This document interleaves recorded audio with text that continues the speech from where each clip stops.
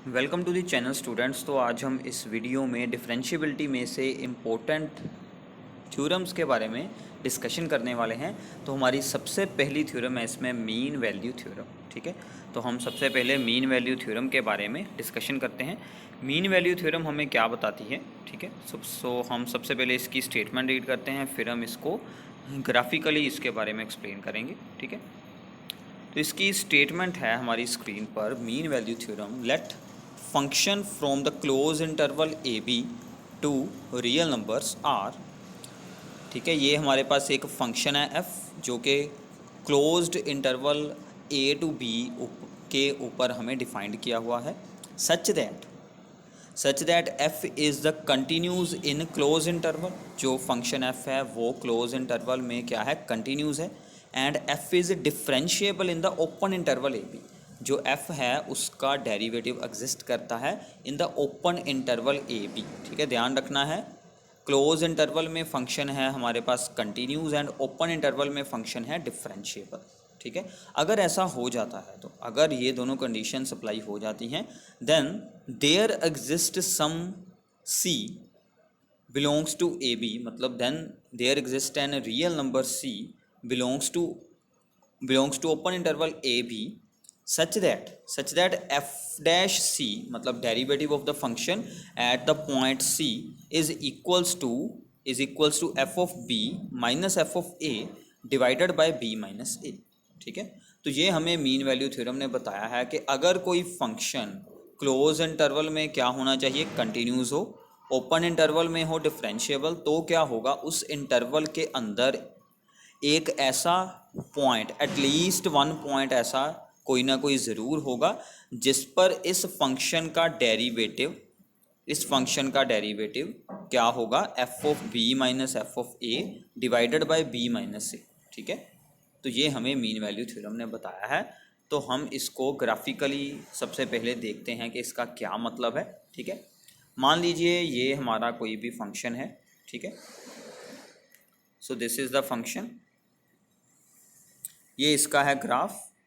ठीक है, तो हमने यहाँ पर क्या देखा है कि ए और बी के बीच, ठीक है, कोई एक ऐसा होगा पॉइंट सी जिस पर के फंक्शन का डेरिवेटिव। अब आपको सबसे पहले इस बात के बारे में याद रखना है कि फंक्शन का derivative at a given point हमें क्या बताता है? Slope of the tangent at that point. ठीक है, तो derivative of the function that is f dash c हमें क्या बताएगा? Slope of the tangent at point c. ठीक है, अब इसका मतलब हमने मीन वैल्यू थ्योरम ने क्या बताया है कि अगर हम ए एंड बी वाले जो भी यहाँ पर पॉइंट्स हैं, ठीक है, A and F of A and B and F of B, मान लीजिए ये पॉइंट ए है और ये पॉइंट बी है, अगर हम इन दोनों को डायरेक्टली ज्वाइन कर देते हैं, उस स्ट्रेट लाइन के ही पैरेलल होगी एक और टेजेंट जो कि सी पर बनाई जाएगी। ठीक है, तो मतलब ए और बी के बीच एक ऐसा पॉइंट जरूर एग्जिस्ट करता होगा जिस पर के slope of the tangent is equal to the slope of this straight line. ठीक है, इन दोनों की स्लोप सेम होगी, यानी कि ये दोनों स्ट्रेट लाइन्स पैरेलल होंगी। ठीक है, तो ये हमें मीन वैल्यू थ्योरम ने बताया है। तो अगर हमने इस स्ट्रेट लाइन की स्लोप फाइंड करनी हो, ये जो स्ट्रेट लाइन है इसकी स्लोप हम यहाँ से सोल्व कर सकते हैं। हम स्लोप के लिए क्या फार्मूला लगाते होते हैं? टैन थीटा का। तो अगर हम इस साइड को सोल्व करें, this is the perpendicular one, ये क्या बन जाएगी? F of b minus f of a. ठीक है, ये जो साइड होगी this becomes the f of b minus f of a, और ये बन जाएगी बी माइनस ए। मतलब यहाँ से लेकर यहाँ तक क्या बनेगी? B minus a. ठीक है, और ये जो यहाँ पर हाइट है this becomes the f of b minus f of a. इन दोनों को करेंगे डिवाइड, तो this becomes p by b, that is the tan of theta. तो इसने हमें क्या बता दी है? Slope of the line. ठीक है, तो ये हमने मीन वैल्यू थ्योरम से सीखा है कि slope of the tangent at point c f of c is same as the slope of the secant और the line joining the points a f of A and b f of b. ठीक है, तो mean value theorem की ये दो conditions अगर हो जाती हैं सेटिस्फाई, तो हम ये एफ डैश सी को सोल्व कर सकते हैं विद दिस फॉर्मूला। ठीक है, अगर ये दोनों कंडीशंस हमारी सेटिस्फाई हो जाती हैं। ठीक है। तो ये थी हमारी मीन वैल्यू थ्योरम MVT। अब इसमें हमने कुछ थोड़ा सा चेंज किया है। अगर एफ ऑफ बी और एफ ऑफ ए की वैल्यूज़ ही सेम हो जाएं तो ये आंसर क्या बन जाएगा, 0 बन जाएगा। तो उससे हमारी अगली थ्योरम बनती है, that is the Rolle's theorem. ठीक है। रोलेस थ्योरम में हमारे पास क्या कंडीशन है कि f from close interval A B to R b a function such that F is continuous in the close interval A b, same है। F is differentiable in the open interval A b, ये भी सेम है। And F of a is equal to f of b, ये एक third condition add हो गई है कि अगर फंक्शन की वैल्यू ए और बी पर सेम होगी तो एफ डैश सी तो 0 हो जाएगा from the mean value theorem के फार्मूले से। ठीक है। So there exist some C belongs to open interval A B such that F dash C is equal to 0। इसका मतलब क्या है कि slope of the tangent at x is equal to C is 0। ठीक है। इसका मतलब स्लोप क्या बन गई, 0। स्लोप 0 होने का मतलब क्या है कि ये टेजेंट एक्स एक्सिस के पैरेलल रहेगी। ठीक है।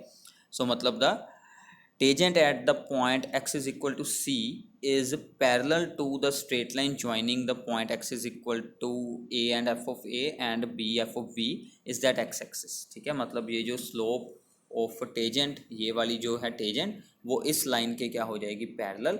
मतलब ये वाली स्ट्रेट लाइन क्या होगी, एक्स एक्सिस के पैरेलल, इसीलिए उसकी स्लोप क्या बनी है, 0 बनी। ठीक है। क्योंकि एफ ऑफ ए और एफ ऑफ बी दोनों की वैल्यू इक्वल है इसलिए। ठीक है। तो ये हमें बताती है रोलेस थ्योरम कि अगर ये सभी कंडीशंस सेटिस्फाई होती हैं तो हम इससे ये वाला रिजल्ट यूज़ कर सकते हैं।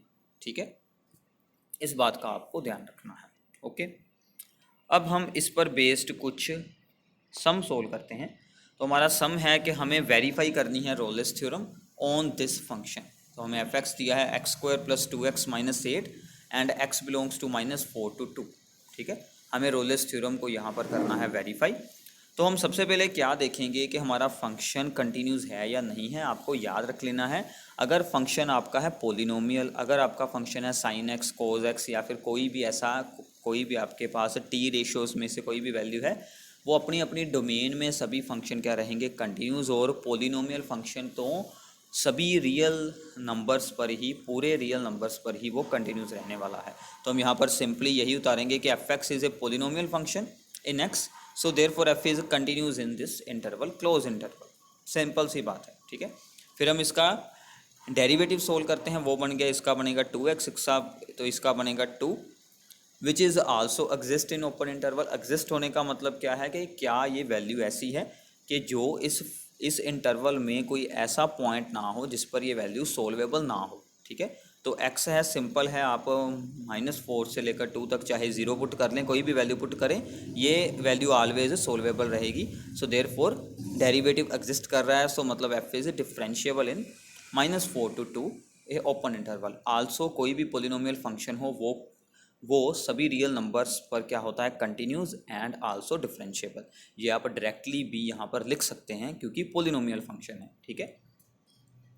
नाउ थर्ड पॉइंट क्या था कि हमें ये चेक करना था कि इंटरवल के एंड पॉइंट्स पर f की वैल्यू सेम है या नहीं है, क्योंकि हम रोलेस थ्योरम अप्लाई कर रहे हैं। तो हमने f ऑफ -4 अप्लाई किया, f ऑफ 2 सोल्व कर देखा, दोनों सेम आने चाहिए, 0 आना जरूरी नहीं है, दोनों की वैल्यू इक्वल है। सो इसका मतलब f satisfy all the conditions of the Rolle's theorem.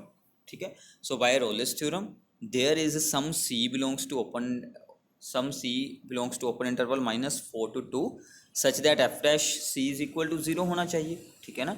तो हमें सी सोल्व कर दिखाना पड़ेगा कि उसी ओपन इंटरवल में एक सी की वैल्यू ऐसी मिल रही है कि नहीं मिल रही। ठीक है। तो हमने क्या किया, एफ डैश सी मतलब ये रहा एफ डैश एक्स, इसमें एक्स की जगह पर सी पुट कर दें। ठीक है। So f dash C is equal to 0, so मतलब 2x + 2 is equal to 0। So मतलब c की वैल्यू हमें क्या मिल रही है, -1, that belongs to this interval, so right है। सो इसका मतलब रोलेस थ्योरम यहाँ पर अप्लाई हो रही है, वेरीफाई हो चुकी है, क्योंकि c की वैल्यू भी उस ओपन इंटरवल में हमने सोल्व कर दिखा दी। ठीक है। तो ऐसे आपको रोलेस थ्योरम हो जाए, चाहे आपको मीन वैल्यू थ्योरम के बारे में पूछा जाए वो भी सेम करना है, उसमें सिर्फ ये थर्ड कंडीशन नहीं आई। ठीक है। आगे चलते हैं सेकंड प्रॉब्लम की तरफ। हमें f x is equals to greatest integer function of x दिया गया है in the interval 5 to 9 close interval. हमें यहाँ पर रोलेस थ्योरम की एप्लीकेबिलिटी को चेक करना है, क्या वो अप्लाई हो सकती है या फिर नहीं हो सकती है। क्लियरली हमें याद है कि ग्रेटेस्ट इंटीजर फंक्शन किसी भी इंटेग्रल पॉइंट पर कंटिन्यूस नहीं होता, प्रूफ करने की कोई ज़रूरत नहीं है। आप डिफरेंशिएबिलिटी को भी ऐसे ही यहाँ पर लिख सकते हैं, बट हमने डिफरेंशिएबिलिटी को प्रूफ कर दिखाया है, ठीक है। तो आपको पेपर में मार्क्स के अकॉर्डिंग चलना है। अगर ये सम आपको 2 मार्क्स में आता है तो आप इसको जस्ट ऐसे ही लिख सकते हैं कि this is also not differentiable and this is also not continuous, ठीक है।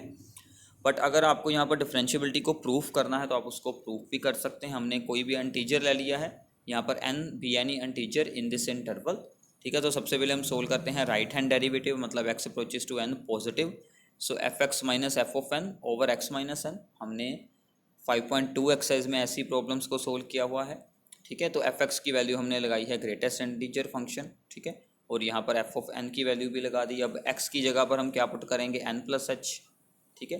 एन प्लस एच का ग्रेटेस्ट इंटीजर फंक्शन की वैल्यू क्या आएगी, ओनली एन। उससे छोटा जो इंटीजर होगा वो तो एन बनेगा, एन माइनस एन 0 आंसर, ठीक है। ऐसे ही हमने सोल्व किया है अब लेफ्ट हैंड डेरिवेटिव, उसका आंसर बन रहा है 1 over h and h approaches to 0 मतलब इन्फिनिटी। दोनों की वैल्यूज़ अलग हैं, सो इसका मतलब f is not differentiable at x is equal to n. इसका मतलब कि इस इंटरवल में ऐसे जो भी यहाँ पर इंटीजर वैल्यूज़ होगी उस पर हमारा फंक्शन नहीं डिफरेंशिएबल है। सो मतलब इस ओपन इंटरवल में हमारा फंक्शन क्या बन जाएगा, नॉट डिफरेंशिएबल। आल्सो अगर हम दोनों एंड पॉइंट्स पर फंक्शन की वैल्यू सोल्व कर देखें वो भी दोनों वैल्यूज़ अलग आएंगी। सो इसका मतलब फंक्शन रोल्स थ्योरम की किसी भी कंडीशन को सेटिस्फाई नहीं कर रहा। तो इसका मतलब Rolle's theorem is not applicable there, आपको एंड में लिख देना है Rolle's theorem is not applicable for this function. Also अगर एक भी कंडीशन ना अप्लाई हो, ठीक है, अगर एक भी कंडीशन सेटिस्फाई ना हो तो भी थ्योरम हमारी नहीं एप्लीकेबल होगी। ये बात का आपको ध्यान रखना है, अगर एक भी कंडीशन नहीं एप्लीकेबल होती, ठीक है। तो इसके साथ आपका जो सेकंड सम के दूसरे दोनों पार्ट हैं वो आपको खुद सोल्व कर देखने हैं, ठीक है। तो इसके साथ आई होप कि आप लोगों की mean value theorem and Rolle's theorem अच्छे से अंडरस्टैंड हो गई होगी। तो प्लीज़ आप इस वीडियो को रोककर स्क्रीनशॉट लेकर इसको नोट डाउन करें। नोट डाउन अगर आपने किया होगा तो आपको काफ़ी इजीली ये दोनों थ्योरम्स अंडरस्टैंड हो जाएंगी। काफ़ी इंपॉर्टेंट थ्योरम्स हैं, हायर स्टडीज़ में जाकर इनका बहुत ही यूज़ रहता है, ठीक है, काफ़ी यूज़फुल होती हैं ये। सो अगर आपको ये हमारी वीडियो पसंद आई है तो इसे ज़्यादा से ज़्यादा शेयर करें और हमारे इस न्यू चैनल को सब्सक्राइब करना ना भूलिएगा। Thanks for watching this video.